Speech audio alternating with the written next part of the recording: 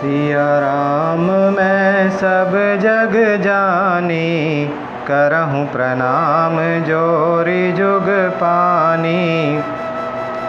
जानि नृपहि आपन आधीना, बोला तापस कपट प्रवीणा। सच कहूँ भूपति सुनु तोहि, जग नाहिन दुर्लभ कछु मोहि। राजा को अपने अधीन जानकर कपट में प्रवीण तपस्वी बोला, हे राजन सुनो, मैं तुमसे सत्य कहता हूँ, जगत में मुझे कुछ भी दुर्लभ नहीं है। अवसी काज मैं करिहूँ तोरा, मन तन वचन भगत तै मोरा। जोग जुगति तप मंत्र प्रभाऊ, फलई तबई जब करई दुराऊ। मैं तुम्हारा काम अवश्य करूँगा, क्योंकि तुम मन वाणी और शरीर तीनों से मेरे भक्त हो। पर योग युक्ति तप और मंत्र का प्रभाव तभी फलीभूत होता है जब वे छिपाकर किए जाते हैं। जो नरेश मैं करऊँ रसोई, तुम परुसहु मोहि जान न कोई। अन्न सो जोई जोई भोजन करई, सोई सोई तब आयसु अनुसरई। हे नरपति, मैं यदि रसोई बनाऊं और तुम उसे परोसो और मुझे कोई जानने न पाए, तो उस अन्न को जो जो खाएगा सो सो तुम्हारा आज्ञाकारी बन जाएगा। पुनितिन के ग्रह जे मई जो, तब बस होई भूप सुनु सोऊ। जाई उपाय रचहूँ नृप एहूँ, संबत भरी संकल्प करे हूँ। यही नहीं, उन भोजन करने वालों के घर भी जो कोई भोजन करेगा, हे राजन सुनो, वह भी तुम्हारे अधीन हो जाएगा। हे राजन, जाकर यही उपाय करो और वर्ष भर भोजन कराने का संकल्प कर लेना। नित नूतन द्विज सहस सत, बरेहूँ सहित परिवार। मैं तुमरे संकल्प लगी, दिन ही कर विजेवनार। नित्य ने 1,00,000 ब्राह्मणों को कुटुंब सहित निमंत्रण करना। मैं तुम्हारे संकल्प तक प्रतिदिन भोजन बना दिया करूँगा।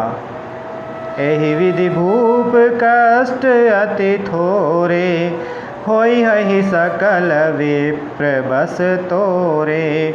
करिहहि विप्र होम मख सेवा, तेहि प्रसंग सहजे ही बस देवा। हे राजन, इस प्रकार बहुत ही थोड़े परिश्रम से सब ब्राह्मण तुम्हारे वश में हो जाएंगे। ब्राह्मण हवन यज्ञ और सेवा पूजा करेंगे तो उस प्रसंग अर्थात संबंध से देवता भी सहज ही वश में हो जाएंगे। और एक तो ही कहूँ लखाऊ, मैं एहि वेश नया उबकाऊ। तुमरे उपरोहित कहूँ राया, हरियाणब मैं करी निज माया।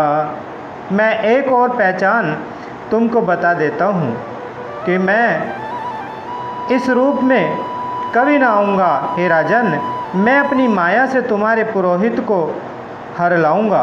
तप बल ते ही करी आपु समाना, रखी हूँ यहाँ बरस परवाना। मैं धरितासु वेसु सुनु राजा, सब विधि तोर समारभ काजा। तप के बल से उसे अपने समान बनाकर 1 वर्ष तक यहाँ रखूँगा। और हे राजन सुनो, मैं उसका रूप बनाकर सब प्रकार से तुम्हारा काम सिद्ध करूँगा। गैनी सी बहुत शयन अब कीजे, मोहि तो ही भूप भेंट दिन तीजे। मैं तप बल तो ही तुरग समेता, पहुँचे हूँ सोवता ही निकेता। हे राजन, रात बहुत बीत गई, अब सो जाओ। आज से तीसरे दिन मुझसे तुम्हारी भेंट होगी।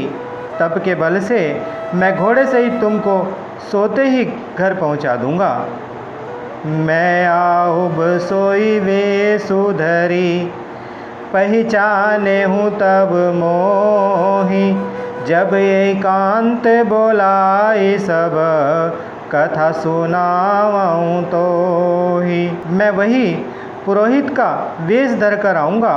जब एकांत में तुमको बुलाकर सब कथा सुनाऊँगा, तब तुम मुझे पहचान लेना। शयन कीन नृप आय सुमानी, आसन जाई बैठ छल ज्ञानी। श्रमित भूप निद्राति आई, सो किमि सोव सोच अधिकाई। राजा ने आज्ञा मानकर शयन किया और वह कपट ज्ञानी आसन पर जा बैठा। राजा थका था, उसे खूब गहरी नींद आ गई, पर वह कपटी कैसे सोता, उसे तो बहुत चिंता हो रही थी। काल के तू निशिचर तह आवा, जैसु करे होई नृप ही भुलावा। परम मित्र तापस नृप केरा, जानई सो अति कपट घनेरा। उसी समय वहाँ काल केतु राक्षस आया, जिसने सुअर बनकर राजा को भटकाया था। वह तपस्वी राजा का बड़ा मित्र था और खूब छल प्रपंच जानता था। तेहि के सत सुत अरुदस भाई, खल अति अजय देव दुखदाई।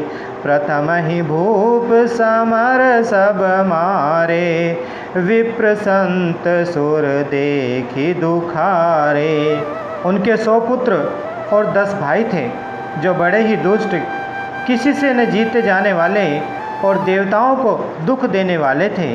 ब्राह्मणों, संतों और देवताओं को दुखी देखकर राजा ने उन सब को पहले युद्ध में मार डाला था।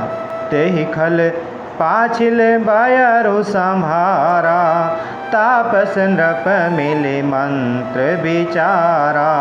जहि रिपुछय सोई रचन उपायु, भावी बस न जान कछुराओ। उस दुष्ट ने पिछला वैर याद करके तपस्वी राजा से मिलकर सलाह विचारी, षड्यंत्र किया और जिस प्रकार शत्रु का नाश हो वही उपाय रचा। भावीवश राजा प्रताप भानु कुछ भी न समझ सका। रिपु तेजसी अकेल अपि, लघु करि गनियन ताहु। अजहु देत दुख रवि शशि, सिर अवशेषित राहु। तेजस्वी शत्रु अकेला भी हो तो भी उसे छोटा नहीं समझना चाहिए। जिसका सिर मात्र बचा था, वह राहु आज तक सूर्य चंद्रमा को दुख देता है। मंगल भवन अमंगल हारी, द्रवहु सुदशरथ अजर बिहारी। बोले श्री रामचंद्र भगवान की, बोलिए माता सीता जी की, बोले श्री बजरंग बली भगवान की।